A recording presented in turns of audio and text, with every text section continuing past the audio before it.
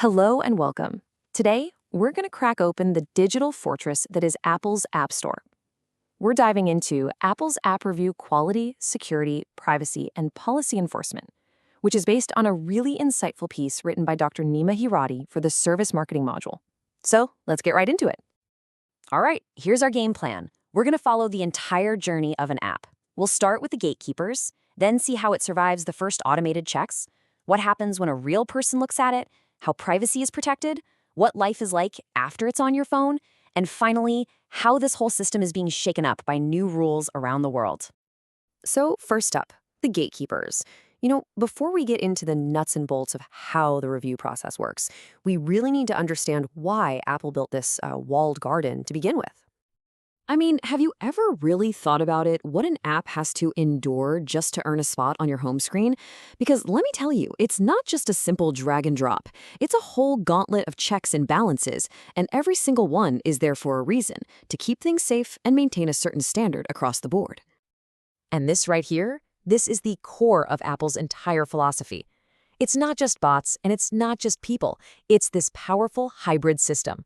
You get the incredible scale of automated scanning combined with the nuanced judgment that only a human can provide. It's a one-two punch designed to create that platform you can trust. Okay, so let's look at that first massive hurdle every single app has to clear, the automated first pass. This is where technology steps in as the very first line of defense. So before a human being ever even lays eyes on an app, it's got to get through this. Powerful systems scan every line of code, hunting for malware. They check that the description and the age ratings are actually accurate. They flag any use of private APIs, which is basically developer speak for using secret tools that Apple hasn't approved.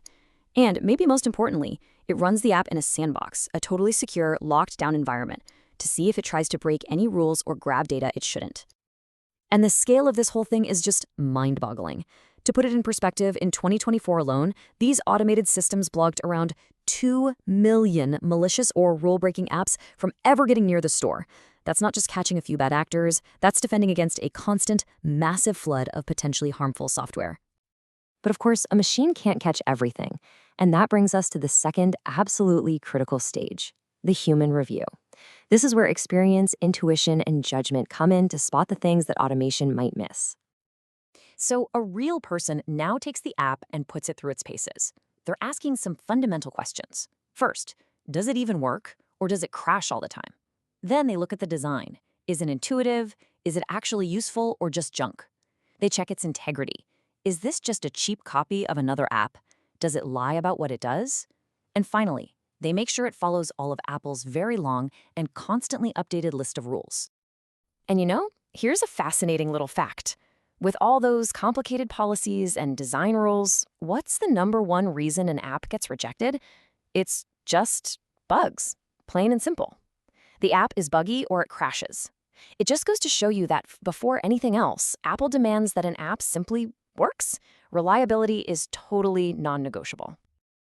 All right, let's zoom in on a principle that's woven through this entire process, protecting your privacy and security. For Apple, these aren't just items on a checklist. They are the absolute pillars holding up the trust of the entire App Store.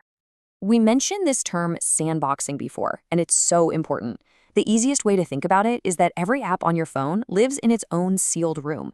It can't see what the app in the next room is doing, and it definitely can't mess with the foundations of the house, your phone's operating system. This isolation is absolutely key to making sure one bad app can't bring the whole system down. Now, on the privacy side, you've definitely seen these two in action. On the left, you've got App Tracking Transparency, or ATT. That's that little pop-up that asks, hey, is it okay if we track you across other companies' apps and websites? Then on the right, you have privacy nutrition labels. They're just like the ingredient list on your food. A simple, easy-to-read summary from the developer about what data their app is collecting. And make no mistake, Apple enforces these rules with an iron fist. In 2024, hundreds of thousands of apps were rejected just for privacy violations. That sends a really clear message. If you're not upfront about the data you're collecting, you are not getting in, period. Okay, so an app makes it through all those hoops and finally lands on the App Store.